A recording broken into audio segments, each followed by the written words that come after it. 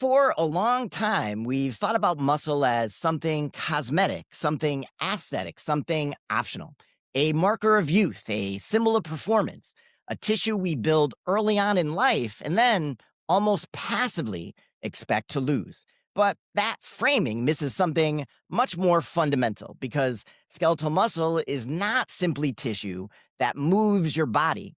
It's tissue that stabilizes your metabolism. It's tissue that protects you during stress. It's tissue that determines how well you recover from illness, injury, and the disruptions that inevitably accumulate across time. And ultimately, it's one of the clearest determinants of whether you remain capable as you age. And that word, capable, is really the point because longevity is often framed as a question of years. How long will we live? How far can medicine push the boundaries of time? But biology doesn't really operate in terms of time alone. It operates in terms of function, in the ability of a system to respond, adapt, and recover. So if you follow that idea far enough, you arrive at a much more meaningful question. Not how long will you live, but how long will you remain able to act within the world, to move with confidence, to recover from disruption, to maintain independence, to remain physically capable of engaging with life on your own terms. Because once that capacity begins to erode, once strength declines, recovery slows, and resiliency fades, the number of years becomes secondary. So today, I want to reframe muscle, not as something cosmetic, not as something reserved for athletes, youth, or aesthetics, but as one of the central regulators of health span, a biological infrastructure that shapes exactly how aging is experienced. Because muscle is not about how you look, it's about how long you remain capable. Welcome to the ReProgram. And remember, knowledge is power.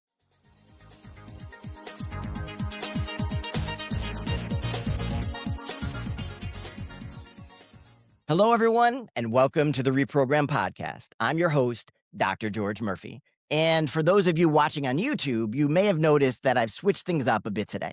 Usually, I'm in one of my suits, but for this episode, I wanted the visual to reflect the biology because resistance training has been a central part of my life for a very long time. Not from the standpoint of aesthetics, but from the standpoint of function, discipline, and long-term capability. And that's really what today's conversation is all about. The idea that skeletal muscle is not simply something we build for appearance, it is one of the most powerful and modifiable systems that we have for shaping exactly how we age. So in some ways, what I'm wearing today is simply a reminder of the larger point. This isn't about looking strong, it's about remaining capable. So now, if we connect this back to the idea we introduced in the cold open, that longevity is really a question of function, then muscle starts to look very different because skeletal muscle is not passive tissue.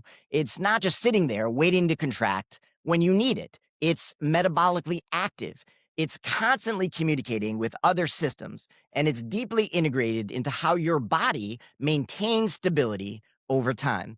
When you eat, muscle helps regulate how glucose is handled. And when you're under stress, muscle provides substrate to sustain essential processes. When you exercise, muscle releases signaling molecules that influence inflammation and metabolism throughout your body. So when we talk about losing muscle with age, we're not just talking about losing strength.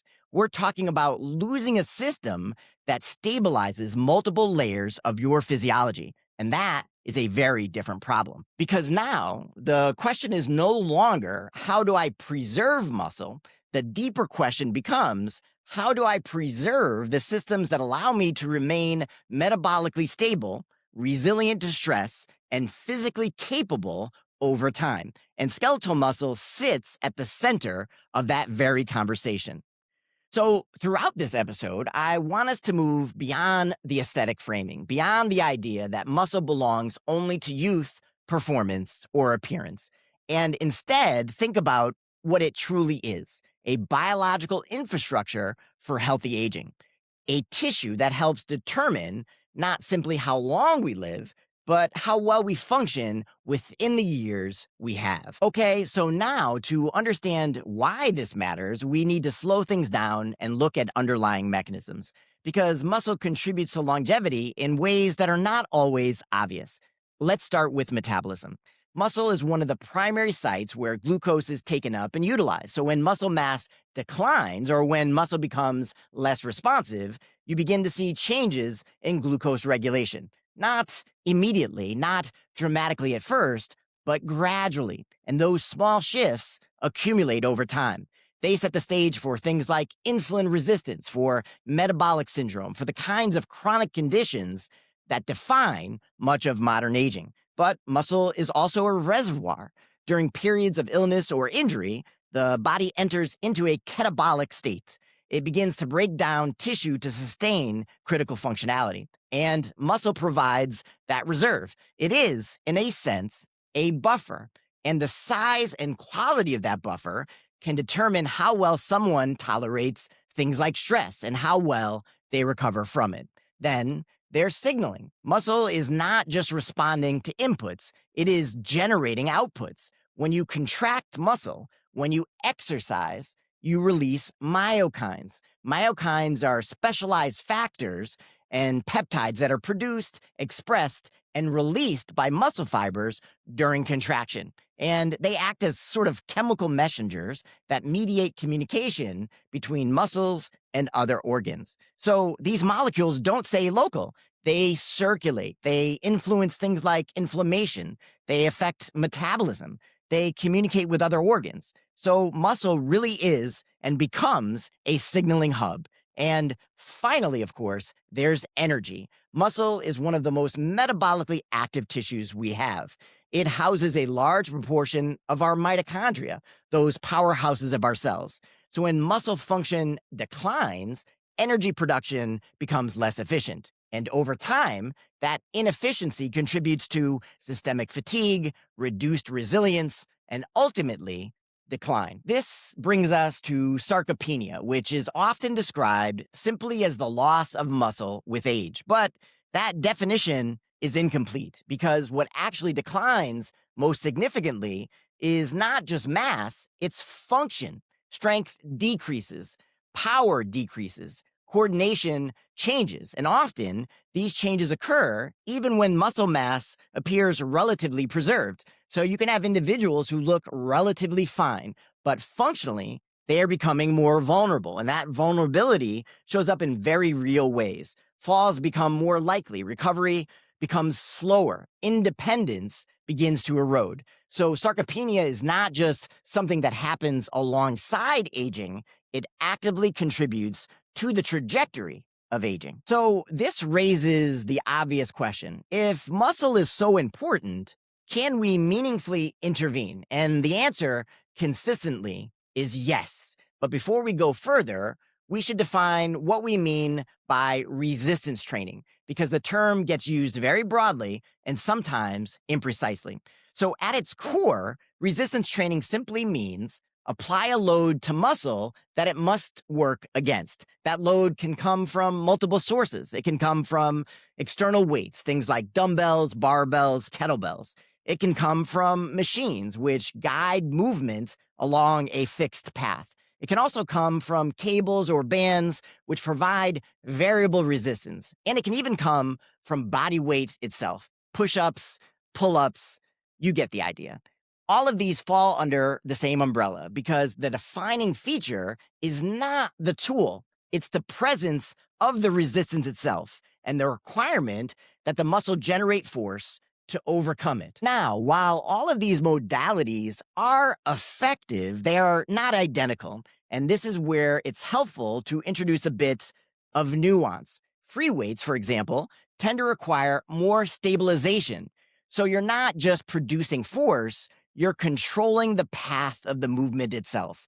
That engages additional musculature, particularly smaller stabilizing muscles, and it requires greater coordination. So in that sense, free weights are not just training muscle, they're training movement. Machines, on the other hand, reduce that requirement. They guide the movement along a fixed trajectory. And that can be beneficial as well because it allows for more targeted loading of specific muscle groups, often with less technical demand. So, for someone early in training or for someone working around an injury, machines can provide a very controlled and safe environment.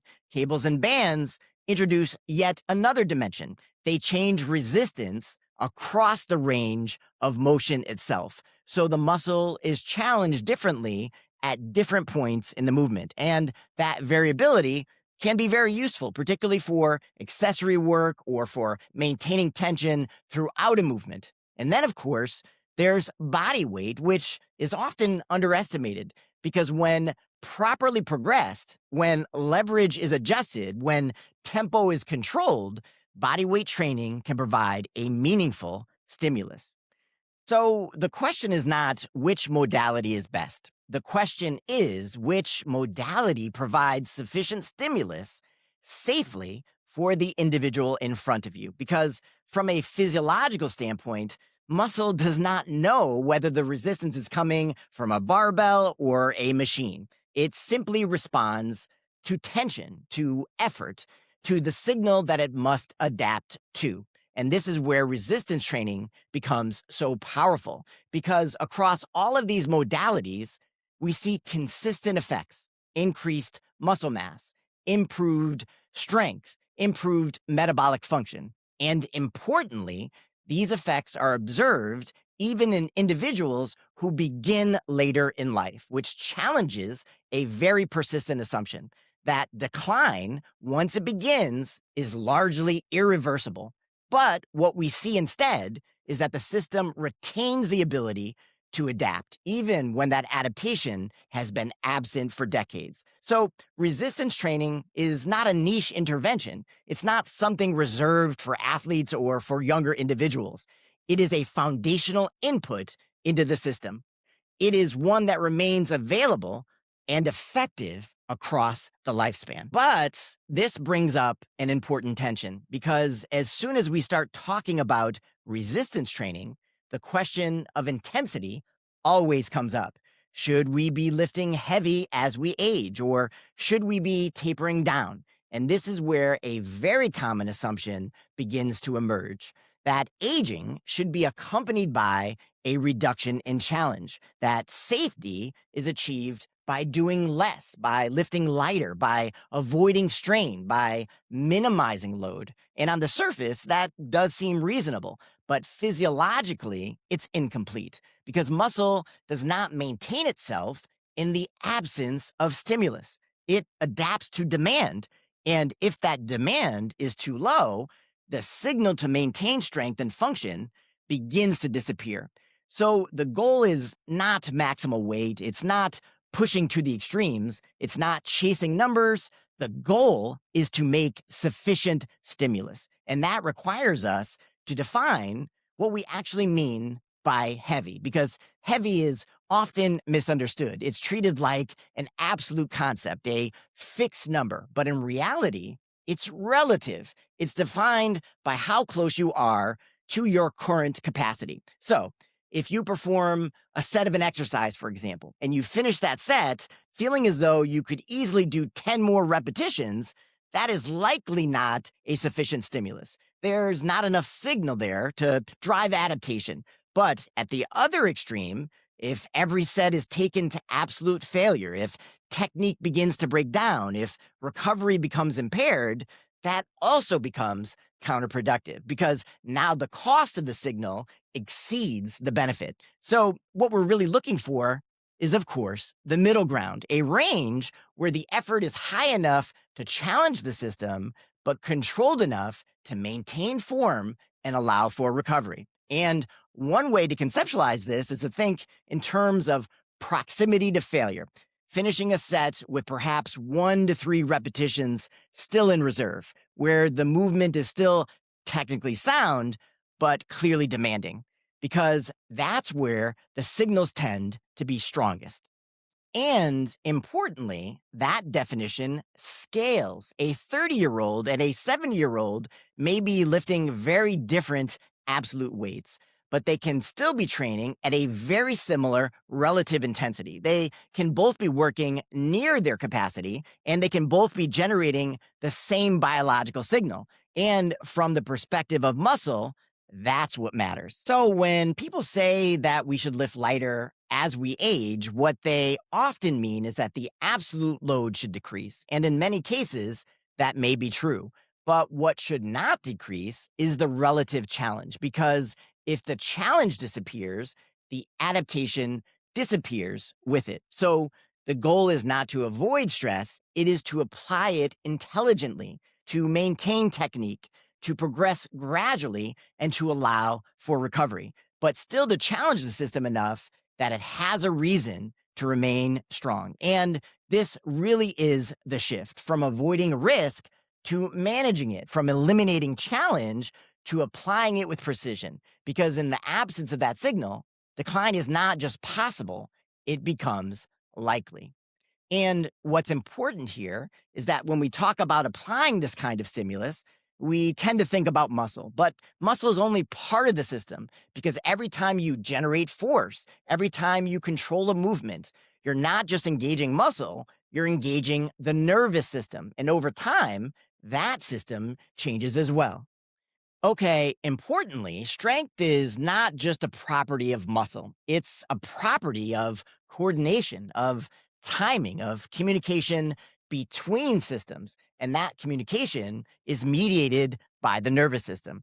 As we age, there are changes that occur not just to the muscle itself, but in how the muscle is controlled. We begin to lose motor units, which are functional connections between nerves and muscle fibers. And those that remain often become less efficient. The signal becomes less precise, less synchronized. So even if muscle mass is relatively preserved, the ability to generate force can still decline, because the system that organizes that force is changing. And this is one of the reasons why strength declines more rapidly than mass, because strength is not just about how much muscle you have, it's about how effectively you can use it. This also helps explain something that we see clinically, that individuals don't just become weaker, they become less coordinated. Reaction time slows, balance becomes less stable, movements become less efficient. And those changes are not purely muscular, they are neurological. And this is where resistance training provides an additional layer of benefit, because when you train with resistance, you are not just loading muscle, you are practicing control. You are reinforcing patterns. You are maintaining the connection between intention and execution. Every repetition is a signal, not just to the muscle, but to the nervous system, to maintain those pathways, to preserve the coordination, to sustain the ability to generate force when it's really needed. And this becomes particularly important as we think about real world function, because strength in isolation is not the goal. The goal is usable strength, strength that can be expressed in movement, in balance, in recovery from a misstep, in the ability to prevent a fall. So when we talk about and think about resistance training in the context of aging, we are not just talking about preserving muscle mass, we are preserving a system that allows the body to respond quickly, effectively, and with control. And when that system begins to degrade, the consequences are not subtle, they're functional. They show up in how someone moves through the world itself.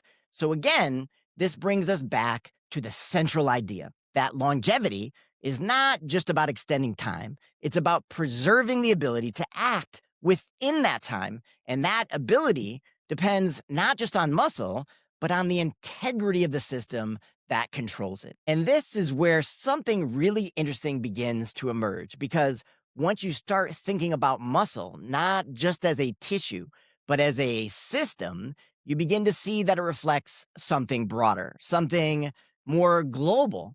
This is why relatively simple measures, things like grip strength, have been shown consistently to correlate with outcomes like mortality. And at first glance, that can seem surprising, because grip strength on its own is a very specific measure.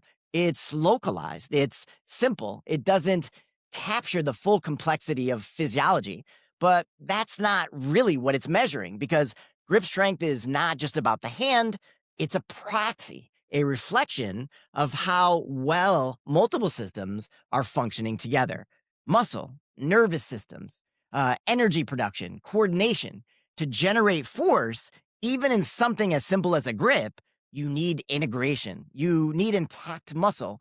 You need effective neural signaling. You need efficient metabolic support. And when those systems begin to degrade, that degradation tends to show up in strength, often before it shows up elsewhere. So, in that sense, strength becomes less about performance and more about signal. It tells you something about the underlying state of the organism itself, about its resilience, about its capacity to respond to stress. And that's why these measures matter, not because they are comprehensive, but because they are accessible. They give us a window, a simplified readout of a much more complex system.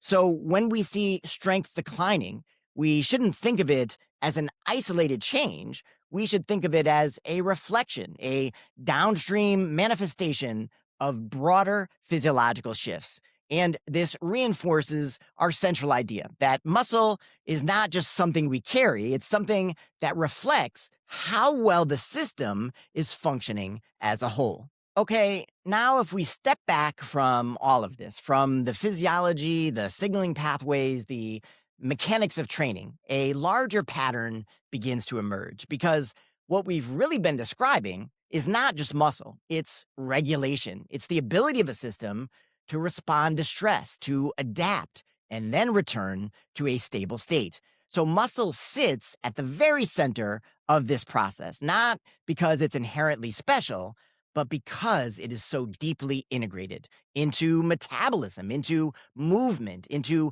energy production, into how the body responds to disruption.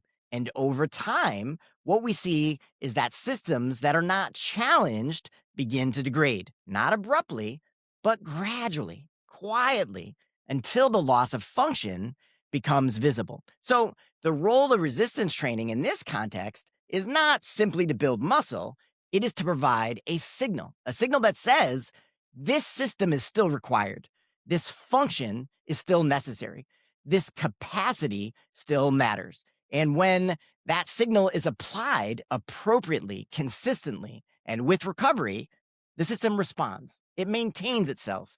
It preserves function. But as we discussed, that signal is not without context because the same pathways that support growth also require regulation.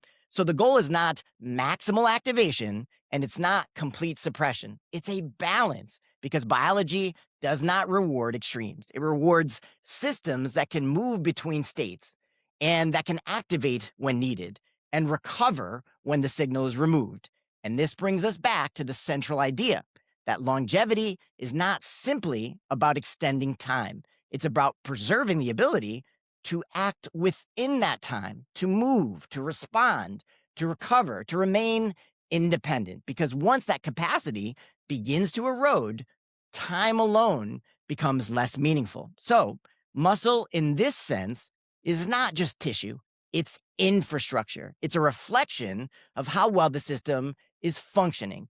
And it is one of the most modifiable components of aging that we have access to. Not because it stops aging, but because it shapes how aging is experienced. And that is a very different goal. Not to eliminate time, but to remain capable within it. So I hope you enjoyed this discussion, and please follow our podcast and join me on this journey of understanding and self-discovery as we navigate our way into the fields of longevity, aging biology, regenerative medicine, and the emerging field of geroscience.